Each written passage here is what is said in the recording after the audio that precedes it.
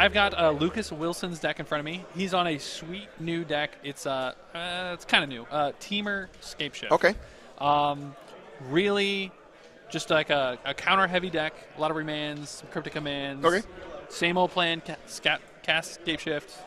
Get a bunch of mountains. Kill you. And Mason Lange is playing a standard deck with a basic plains Thraben Inspector. Yeah. No, just kidding. So Mason here is playing a Boros Aggro deck. It's pretty unique. It's very unique. There's a lot of sweet cards in here. There's Figure of Destiny.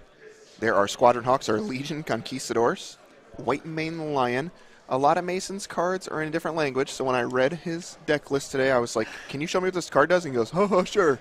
Hands me White Mane Lion, and I go, okay, just can you tell me what this card does? So there's a big card in this deck that's very important to his game plan, and it's Aketra's Monument. Sure. So the idea is that you land in Aketra's Monument, and your White Mane Lion turns into a 1-mana 2/2 that bounces a permanent, usually itself. Okay. And then that makes you a token. All so right. you 5 lands in play, you got a Monument out along with a Lion, boom, 5 tokens. Here's the card I couldn't read. It was in a foreign language, and I was like, Mason, why do you do this to everyone that you play against? Making coverage difficult. So this is Looks like a Squadron Hawk hits the field here for Mason. This is a great start for Mason, but it's also a pretty good start for Wilson. Turn 1 Search from Tomorrow is a really good start. Yeah, suspending that's pretty solid here. Looks like there's a Jace the Mind Sculpt. His cards are pretty good here. Yeah, it looks like he's got a lot of foils, which is pretty impressive. You know what that means, right? He's played the deck for a long time. Yeah, usually that's what that means. He has 2 copies of Jace, so this might be a deck that we see Jace. I don't think it's going to be very good here in face of an aggro deck, but this is a deck that definitely can play Jace, and I think to great avail. You really want to find your Scapeshifts in the late game, and brainstorming every turn is certainly a way to do that. Okay. Lucas goes ahead and gets out an island. Do you think he assumes Mason's deck is kind of an unknown, right? So he played basic plains. You assume there's Blood Moons in this deck? You could potentially make that assumption. Also, he doesn't ever want to get a mountain. Every land he wants to play right now is going to be a non-mountain. Okay. Ideally. Search for Escanto. That's a hot one in this deck. Yeah, it looks like it's a 2 of. Okay. But again, late game helps you find. So it seems to me like Lucas really wanted to be playing against mid-range, potentially Tron, those types of decks. So we'll see if he has answers to an aggro deck. To Squadron Hawk? It's a Squadron Hawk, yeah. I love All Mason right. just throwing out his cards. All right, He's like, here's my cards. These aren't very good. These are my cards. Please don't anger the gods me. Let's see. Does he have anything like that? Ooh, he has Sweltering Suns, a couple in Lucas's deck. He does, yeah. He's got 2 Sweltering Suns. Yeah, so Mason just has a pile of cards here, and he's going to help me out a little bit. He knows I'll run over there and scold. I put my microphone, my headset down, and go scold him real quick. So,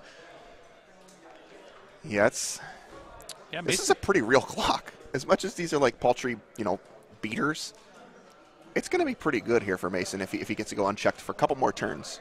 Mason definitely has a good eye for good decks. Yeah. He's very frequently on a lot of social media talking about plans, talking about different decks, and this is definitely a deck that he's been working on for a little while. Lucas has got me again. Oh, you see that, man? Mismatched Island. Guys, we got to have a talk after this match. Yeah. Me, Mason, and Lucas, we're going to sit down and have a powwow. Please don't put your cards in a pile. Please don't play mismatched cards. Oh, mercy. So, looking good here. Lucas gets to take that Search for Tomorrow off suspend. Like you said, probably the best turn 1 play for Scapeshift. And he's digging around here. The fact that Search allows the land to come into play untapped really allows you to accelerate. This is another one of those games. Lucas has the 4th land, I believe, untapped and a Jace. What is Jace really doing on this board? I think it's brainstorming, and it's hoping to find a Sweltering Suns almost immediately. I certainly agree there. So now he's going to go down to 12. And chances are... Okay, he's repping Cryptic Command. Cryptic, gotcha. Yeah, got to be Cryptic. Whoops.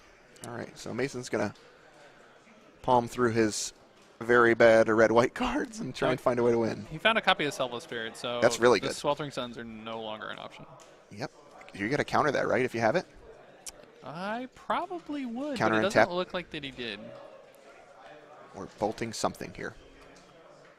What do you think we're bolting here if we're Lucas? Looks like the Spirit? Selfless Spirit, yeah. Yeah, you have to pay for that. That costs. Okay. So Mason's going to sack. It looks like it might have went after. I don't know what it went after, actually, there. I think it went after the Selfless Spirit. I'm not sure, though. Looks like he's sacking it in response here, so I'm not sure what's... Yeah. Then maybe they're hung up on where they're at in the game. Huh. Lucas's body language makes me feel like he's like, whatever, sack it, don't sack it. Yeah. You know, responding, it doesn't matter to me. It's really interesting. I wonder if he has a game plan. What do we got? Bushwhacker. Is that what that is? Goblin Bushwhacker? Yeah, that's definitely Goblin Bushwhacker. Okay. Oh, man, having a remand certainly would have been good. Or a Cryptic to tap everything? Oh, snap. We don't have a bolt, though. Okay. Yep, we're going to tap this correctly. We're going to bolt the Bushwhacker. Oh, it's a stomping ground. He does have a... Okay. Does have a second red source. So the Snapcaster's going to trade with the Thraben Inspector? Oh, it's not even going to trade with the Thraben Inspector. It should, right? It gives it +1/+0. Let's see. Let's make sure here. We're going to bring Goblin Bushwhacker up on the... Is that a Lord, potentially, though? It could be. I'm not sure what that is, actually. I can't really see. Yeah, the art on that is really interesting. Yeah. Let's see. So we're going to dig through. Looks... Well, there's a Kura Tribe Elder here. That's not for bad. Lucas. Allows them to block.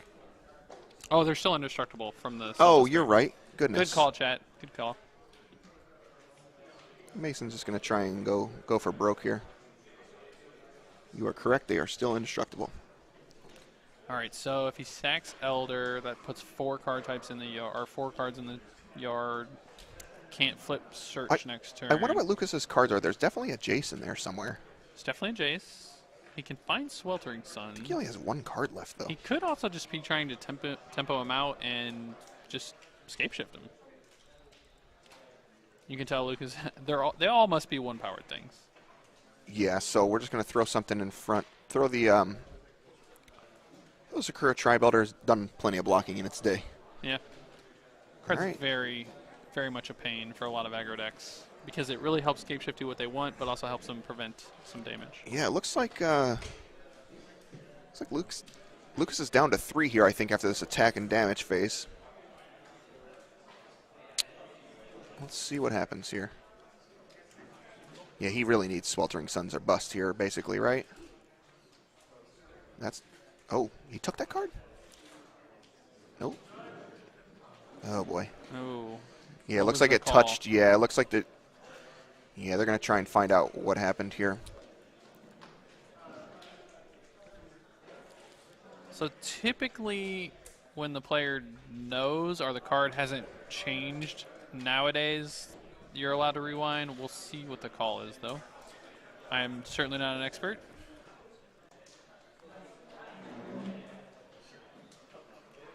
All right, so they're able to verify, so that's good.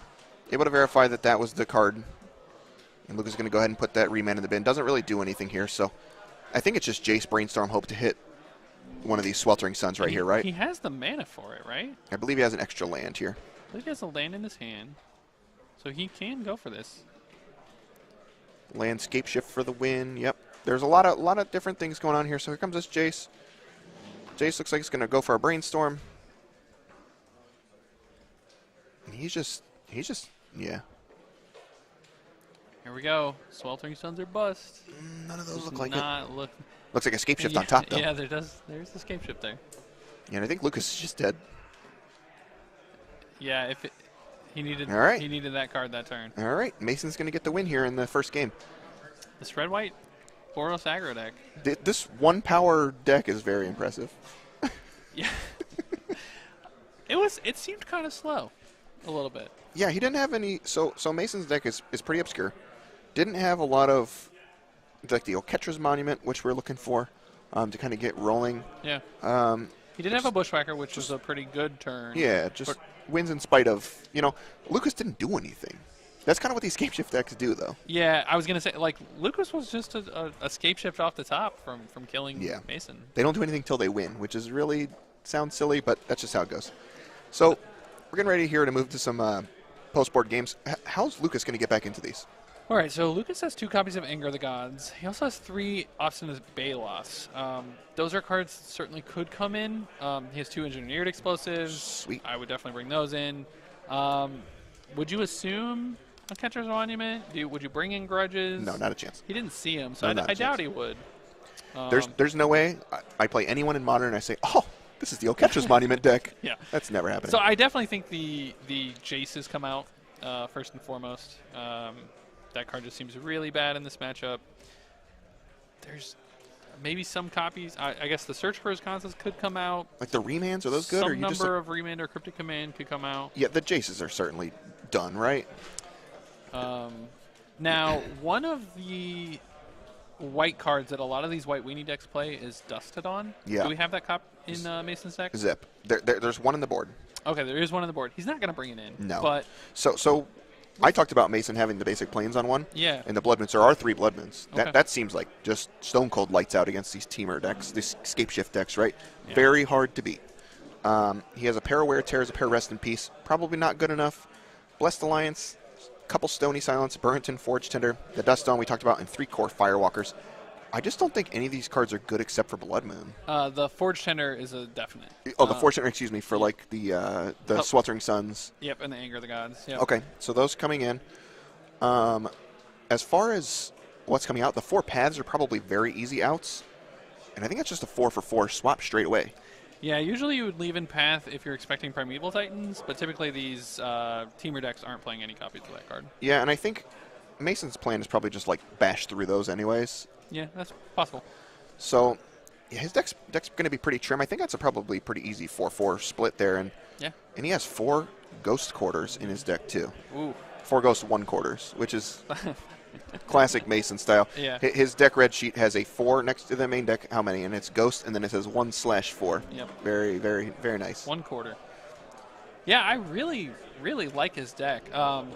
There's a card in here that I've never seen before. Let's pull it up for the viewers. It's called Stone Cloaker. Stone Cloaker, yeah. So this one is kind of interesting.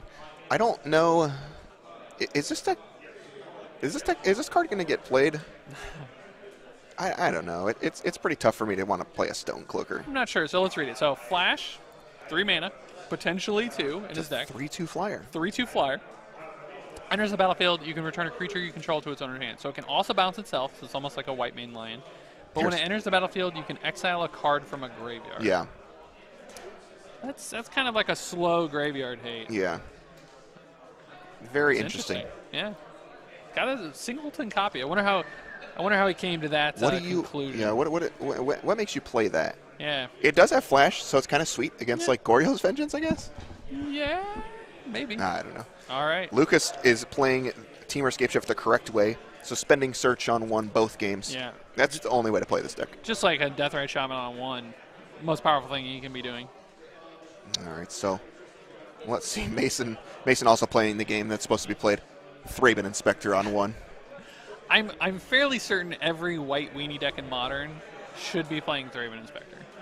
Man, that is something. Yeah, when I saw okay, so you came up to me and said, "Hey, you got to find Mason Lange. He's playing this deck." Blah blah blah, and I was like, "All right." And you were like, "It's a red-white deck," and I'm like, "Oh, cool. It's probably like something really sweet." And I was like, "Why? Why did you tell me to come look at this deck?" Because it's amazing. It is very cool. And here we are, round 4. Here we are, 3-0, undefeated. Yeah. All right. What do we? It looks like a full art Cryptic Command. Yeah, these cards, man. Worst printed card in Magic history. Yeah, not great. There is a Sweltering Suns Yep. in hand. That is going to be some nice insurance, hopefully. It looks like Lucas plays this land tapped, even though there is a Search for Wisconsin in his hand, I think. I can't tell, but preserving your life total is important. Oh, rest in what? Is there rest in peace for a reason in this matchup? Oh, do you know? wow. What? I guess he showed Snapcaster Mage last game. Okay. So maybe he's hoping to shut those off. Okay. Lightning Bolt eating a Thraben Inspector for breakfast. And then Mason going to go ahead and fetch out and play this. And you can tell Lucas is just like, okay, man, that's fine. Nice card. It's kind of my game B plan, right? Maybe Mason just has so many cards that are bad that we just didn't diagnose in this matchup that are bad and just like wants to get rid of some of them. Maybe Oketch's Monument's too slow? Maybe, and I assume Mason has played this matchup some amount. Like some against Scapeshift. You guys can't see. I'm laughing inside. I'm grinning very hard. Matt's not so sure, but I think if your plan is to take this deck to a tournament, you are definitely considering this is a good play too. Chat says Search for Escanto is another card. Is that card really just fast enough though? But is that card in your deck still? I don't know. It just seems like it's very slow here. I'm not sure it's in his deck. I would assume my opponent would have boarded it out if I'm on this aggro plan. Yeah, I'm not really sure, and it looks like Lucas actually has a Search for Escante in his hand. So my problem is I don't think you're ever using 3 mana to dig around. You don't have time. I don't know if you have time against the powerful 1 mana spells, I say. Blood Moon. Double Blood Moon. All right, here we go. You got it? Do you have a remand? All right. Sure does. Fine, I guess. Fine, I guess. And now he knows he needs to play around it. Or he has to have another Cryptic or a remand of some sort. He needs to try and get out from underneath these Blood Moons. And if he can, Mason has 2 of them. Yeah, I would say I think it's easier said than done with a pair here. Engineered for 3. I like this a lot. Sure. Play that Blood Moon again. Yeah, just... What's Mason going to do here? Is he going to go for it again? Yeah, I thought the answer was yes. And it kind of takes Lucas's next turn and says, all right, this is your next turn also. Right. So Mason's down to 16 here, 17 to 16. So here's an interesting choice. Is Lucas going to pop this in the main phase? Because that'll be a huge mistake. Yeah, I don't think so. He needs to do it on end step. If he doesn't, Mason can land another Blood Moon. I guess the question you got to ask yourself is, am I playing anything this turn? If not, I think you just leave it there, right? He just passed, it looked like. Yep. I think that's the right play. Oh. So what's interesting is that Mason has a bunch of 3s in his hand. He has Legion Conquistadors, another Blood Moon. He has a Reckless Bushwhacker, which is actually a 3-drop as well. So cuts him off. This and EE is actually doing some work. Yeah, it's cutting him off. All right, Mason finds basic planes. So if I'm Mason, I'm casting Conquistador. I get to go get 3 out of my deck. I don't care about the first one. Cycle Sweltering Sun. Wow, that's really aggressive. I feel like that's your best card. I know Mason doesn't have anything, so it looks pretty bad. Well, he does have 4 board wipes in his deck, probably. Basic Mountain for Lucas. Yeah. Yeah, I don't know. I mean, if Mason's not doing anything, you're probably pretty happy. You're super happy. And you can pop this Blood Moon at any point in the game. You just truly don't care. This is really interesting. All right, there's the Conquistador. Does this goes for the remand that? Okay. Yeah. And just gonna play it again. Yeah, we're gonna go ahead and I'll go ahead and bring up the old Legion Conquistador for everybody. So Legion Conquistador, a 3-drop. It's a 2/2. Whenever it enters the battlefield, you may search your library for any number of cards named Legion Conquistador, reveal them, put them in your hand, shuffle your library. So this is kind of how Mason's deck works. He has these Squadron Hawks and these Legion Conquistadors, and just kind of like refills his hand that way, I guess, is the best way to describe it. Yeah. One note about this card, I know we're not playing limited, but I was really pleased when they put this card in both Ixalan and Rivals of Ixalan. Really makes the limited format better. Sure. Get a bunch of them. So now we have Cryptic Command up. Yeah, and Lucas went ahead and busted that Engineer Explosives there. He's going to get Blood Mooned again here. I feel like we're just slam dunking these Blood Moons over and over, right? If you're Mason? Yeah. It's also an interesting decision because if Mason just goes Conquistador, like Lucas might want to counter it. I can't imagine I would, but it looks like it's a bolt in his hand. Yeah. So Lucas should be acting on Mason's end step unless there's something he needs to counter, like a Blood Moon. Mason just has a ton of cards in hand. I mean, that'll happen when you go search out 3 of them. Triple Conquistador. Boom. Uh-oh. Fetch and response. All right. It looks like we might have a fight here. So he's done a 14 to 15 here as the life totals here. I don't think Lucas should be fighting over this. This is an interesting one he has a for bolt me. In hand. He can beat. Wow, that's getting cryptic. Wow. And he's drawing a card, it looks like, as well. Because Mason just puts this in. Yeah, so he's countering the Legion Conquistador and drawing a card, and Mason just plays his Bloodman. Says, all right, that's cool. Beats his other Bloodman. It's tough. It was pretty tough. I don't know.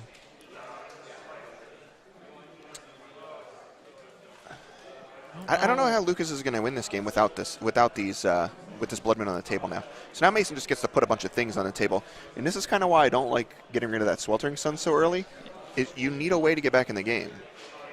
I think that's the figure of destiny. I think that is figure of destiny. Probably another card our viewers don't know.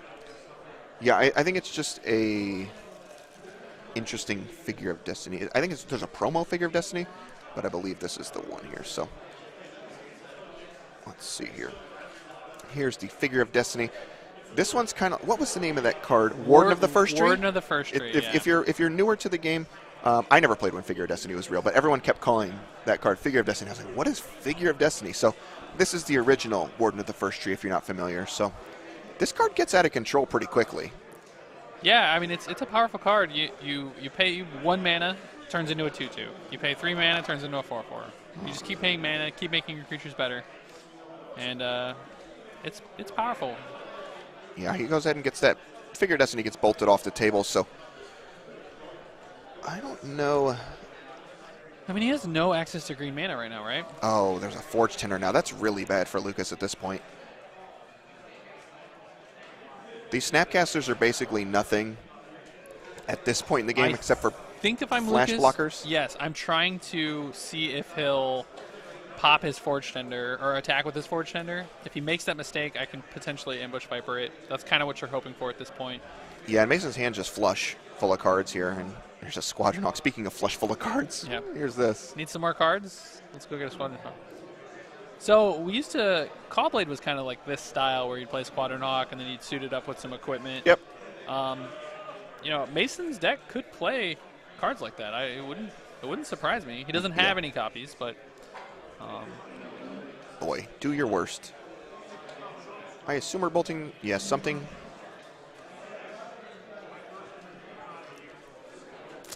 This is tough here. Here comes. Nice. White Mane Lion countering the Flash bolts. Lion. And you keep your Fortune around. That's the important part. Very good. All right, so we're gonna. So this card is in a foreign language. So Lucas is probably like, "What in the world is White Mane Lion?"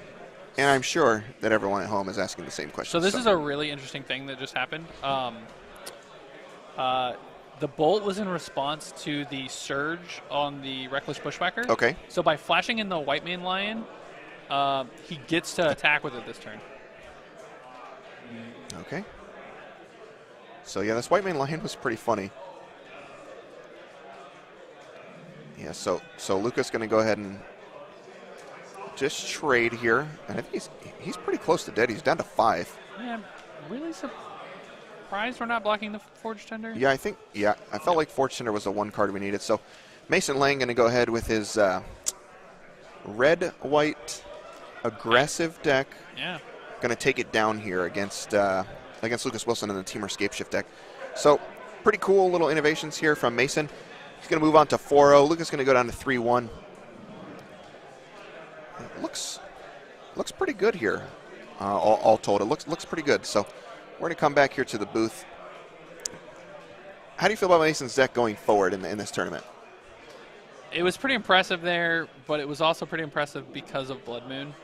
Wow. I wonder how many games he's stealing from Blood Moon, or how many he's stolen today. It looks grindy. I'll give him that. It really looks like it's going to draw a ton of cards out of his deck. Yeah.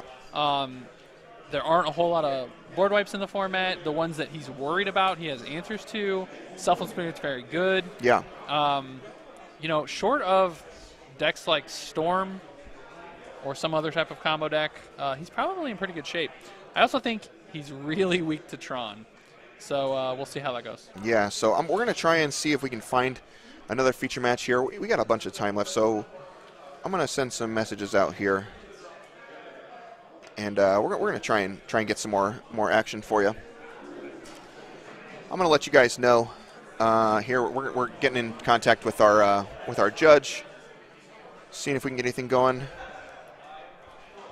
Yeah, It's been a wild tournament so far. Let me see. Have we played anything twice? No. Nope. We have not. Nope. And a lot of the archetypes that you would expect people to show up with, we haven't been seeing in the top tables. Yeah, it's pretty underrepresented. Like I said Jund, Tron, and Burn were probably the 3 decks I would show up with to the tournament, and they're really underrepresented today. Yeah. I think that's just a consequence of Modern. I agree. Where this is the deck I want to play. Mason certainly showed up with the deck he wanted to play. Yeah, he did.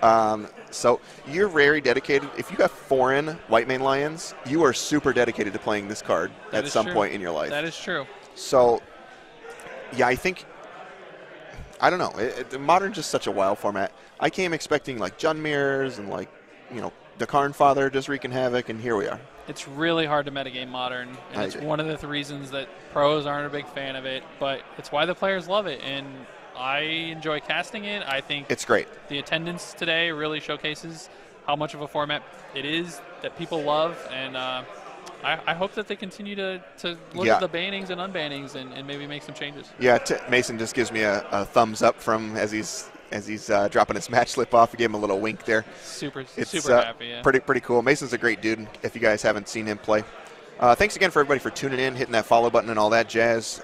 We are halfway through our Swiss rounds so far. It's going pretty well. Like we talked about, there's just Modern is impossible to metagame. I don't care what anyone says.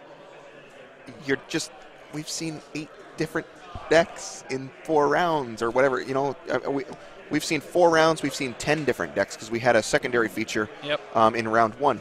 And it's just, you can't show up to beat everything, I don't think. And it's kind of where people want the 20 sideboard slots. And it's like, that's just not realistic. You can't change it for one format. That's not cool. It's not. And I think the problem with the 20 card sideboard is, you know, certain cards like Blood Moon are just all of a sudden an auto include. Like I'm a red deck that can play around Blood Moon. I'm going to put 3 in my sideboard, call it good. Same with cards like Chalice of the Void if you're a big mana deck. Yeah, or you kind of invalidate a lot of decks. So people want to play like Stony Silence, but they can't find room for it. Right. All of a sudden, you have 3 to 4 slots that open up. You're just playing Stony, so then you invalidate Affinity. I don't think that's good for the format. Yes, I completely disagree with the thought that we should have a larger sideboard plan, or slots rather. But you know, it's what people have talked about. I don't, like I said, I don't really like it. I think you have to kind